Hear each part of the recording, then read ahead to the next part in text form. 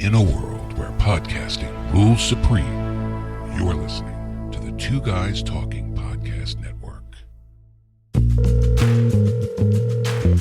Hello? This is Agent Zero! I watch and react to content so you don't have to, because everything starts with zero! This time, Agent Zero reacts to Star Wars The Acolyte. It's a double-header Season 1 ender. It's time to wrap up Star Wars The Acolyte on Disney+. As we launch into Episode 7, we see... Oh, wait a minute. What is this? Yet another flashback episode? Everyone hates flashback episodes, and I've got to tell ya, there's something brewing in the world of Star Wars that deeply disturbs me as a lifelong fan of Star Wars. Since 1977, when I was a small child watching this at the Woodfield Theater on the outskirts of Chicago, there's been a value, story, and feeling associated with Star Wars that transcends time, space, and literally galaxies.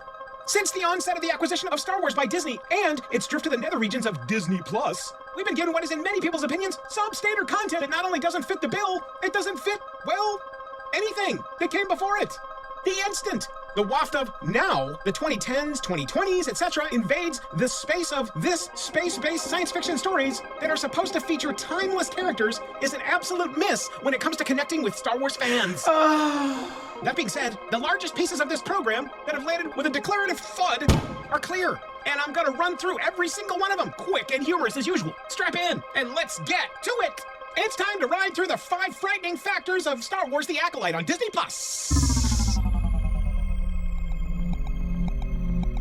1. Bad writing. Unless you've been living under a rock, the lack of connective tissue to common sense general interest in things that don't suck has generated a tapestry of Goonie inside this series, regularly. The characters, the story progression, and what we see on screen oftentimes not only aren't cohesive, but often contradict previous episode content, and very often break what is decades-long existing lore that governs Star Wars. Damn it! None of the episodes featured in Season 1 of The Acolyte can stand alone in any vein of thinking, imagination, or common sense, and often, even after watching them all, far too many questions remain, which makes it look like lazy, careless, couldn't be bothered writing. We must expect better with a franchise as long-standing and as rich as Star Wars. 2.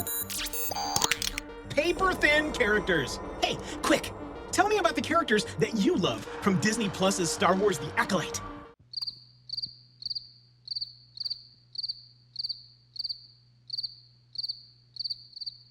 That's what I thought. Here, let me help. Osha and or May. In addition to being an unappreciative militant shaking booty and swearing at fans Hollywood actress, Amanda Stenberg is wooden, with one single expression, regardless of the episode or character. Now, remember, she's supposed to be playing 2 characters here.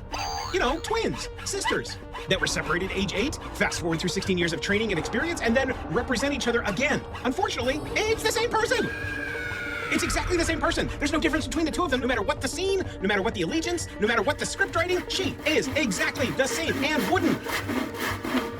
She's supposed to be playing 2 characters here. In every instance, her one face is no place in this space, in outer space or inner space. She is terrible, not showcasing passion of any kind, and offers nothing in the way of interest. General rating for the Osha May character in this series? A big fat F. F as in you gotta be friggin' kiddin'. Jedi Master Soul.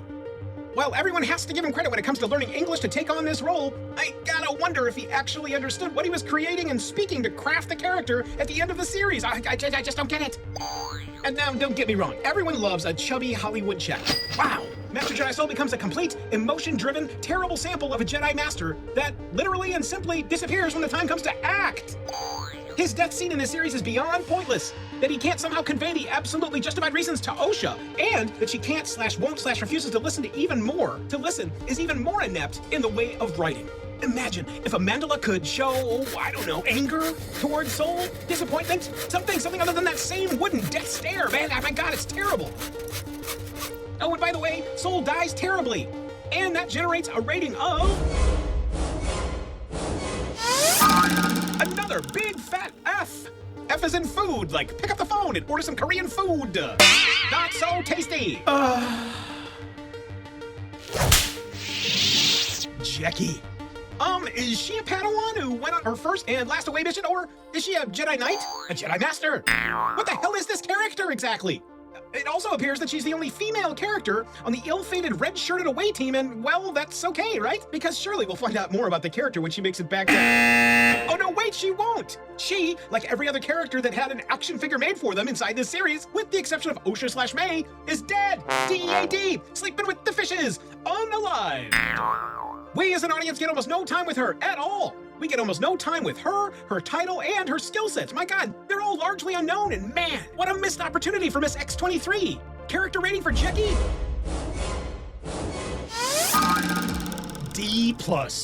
D as in, damn it, you gotta do better, Disney.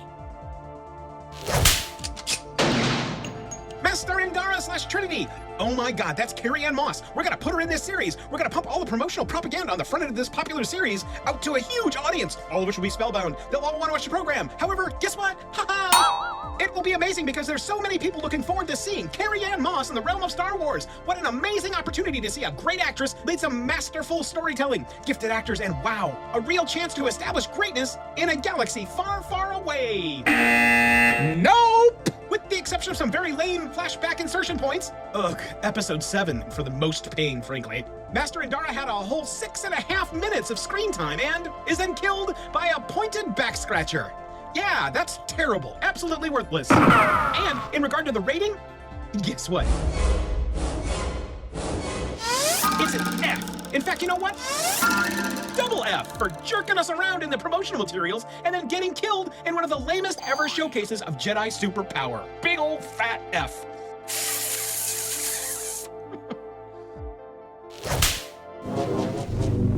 The letter F, appropriately, Master Vestra. Pardon me while I use my Jedi powers to push the like button. All right, now it's your turn. Yeah, oh wait, go ahead. Right there, hit the like button. Awesome. Make sure you subscribe too. You gotta hit the like button plus subscribe so we can get more people to come and see the content. All right, thanks for that. Now, we knew that Di was cast with this character when she literally walks into the first room of her first opening scene, opening a door with her Jedi powers. Really? Everybody knows that every door inside the Star Wars universe opens by itself. You know, like when you go to the grocery store, it just opens. You don't have to use your Jedi Master powers to open up the door opens itself. Come on. Add on the always condescending and one tone of speaking showcased on top of some of the worst makeup effects ever issued in a Star Wars project, and oh my God, you have the culmination of some deeply impactful wooden and one-note acting that makes us not only uninterested in the character, but actually not want to hear her speak. Character rating for Master Vestra? Appropriately, as letter F, she gets a big old fat F.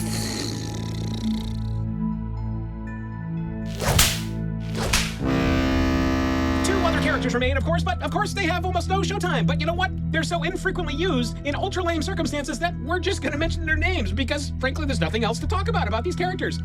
Here live. Master Torben, death by drinking poison suicide. What? Nothing happened inside the series that necessitated him to die by suicide. What is this series? And Master Kelnaka, you know Master Kelnaka, the only ever shown on-screen Wookiee Jedi. That's right, who dies off-screen and is seen for less than 6 minutes total inside of this entire series. Wow, just what?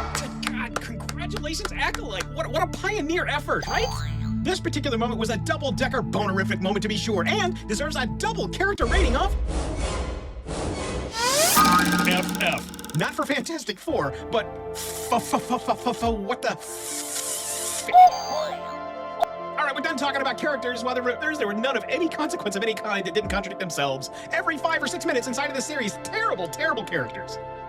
Number 3, short and choppy episode times. In the land of podcasting, there's no such thing as a podcast that's too long. Only ones that are too boring. That being said, you'd think that with $180 million worth of propellant operating inside the capital coffers of this series, you'd see a variety of elements inside this series on Disney Plus that would allow the 31-minute average episode time to be extended to something far larger to allow for real storytelling that evolves into something other than dragging out the episode, walking, traveling, swooping, establishing shots of the same things that we've seen time and time again, or everyone's favorite, staring shots. That's right, staring shots into oblivion forever. It's terrible. Give this series time inside of each of the episodes to give us some solid storytelling. But to do that, you've got to extend the time of the episodes. Trash, terrible. Number 4, but there's lore and lightsabers in it, so it's great factor. While the series definitely contains some noteworthy lightsaber fighting moments and some deep cuts in regard to Star Wars factoid inclusion, no question, those elements cannot instantly pull up on the collective stick of an entertainment-driven airplane pointed straight towards the ground, traveling at a whopping 12.3 trillion miles per second. No amount of kick-ass lightsabering or trivia inclusion can make up for the rest of the dreck-laden Dagwood entertainment sandwich here. Terrible. Number 5. The legacy of what's created. Our stories make up the tales of our lives, our legacies, that which will be left behind long after we are all gone, right? Right. One of the hallmarks that Disney Plus Star Wars has offered is even more content to provide a guiding light for young females who, to date, haven't ever been able to see themselves in Star Wars, right? Okay, about that. It's been something that's been talked about for more than a decade now when it comes to Star Wars. Oh, all right, okay. I do have a quick detailed question, however. Which of the characters that we've talked about is someone you want your child to grow up and be like? Now remember, you can go and review all of the episodes that we've reviewed of Star Wars The Acolyte. That'll get you a quick and humorous review of each of the episodes so you don't have to spend the time to watch them all. And from those, you can kind of tell me what you want, right? Okay, fine. Inside of those previous episodes, you'll get all the gory details in detail for all of the characters of this series. But it's safe to say, there aren't any! All right, here's the best question for you. Ready? Are you sure? Okay, cool. Here we go. What will be the newest Disney Princess edition from this series, Star Wars The Acolyte on Disney+? How about, Osha/May? You know, the main character, the lead of this series. Issuing an ultra-powerful, determined guiding light character to start a new paradigm for young ladies across the globe and across the galaxy. You gotta be kidding me. Not likely. Let's take a quick look at the features of what will be the Osha/May Disney Princess that will be traipsing through the halls, walking around Disneyland and World in a theme park near you in the near future. Now remember, Star Wars The Acolyte Osha/May includes the following features. Osha/May is a failure, a liar, a murderer, an escaped convict, a 24-year-old woman who clearly forgets lifelong friends and allegiances, a 24-year-old woman who now represents a darkly evil side of the Force. A character who has changed her fundamental allegiances 4 times, for each of them, during the first season's effort. And, to wrap up, she's now partnered her future endeavors with the cold-blooded murderer of her new and lifelong friends. Well, gosh, good gravy. What an effort. Again, Disney, so brave. Now I know what you're saying. You are ready to have the action figure that's got all of the information I just gave you on the back of the collector's card, right? Of course you are, of course you are. Now let me ask you another couple of questions. You ready to have your young daughter grab your knee and tell you how cool Osha/May is and that she wants to grow up to be just like Osha? Yeah, I'll bet you are. Hey, I got another one for you. Ready to get your child ready for her first red blood-soaked lightsaber? Alrighty then, all right. Maybe you can do force chokes together. Oh, it's so cool, yes. Yo, choke daddy, yes, choke daddy. How about this? Are you ready to have your young child watch this program multiple times in the future as she too grows up to be the culmination of what Osha and May have become across the span of 16 years? Oh my goodness, guys. This program is evil.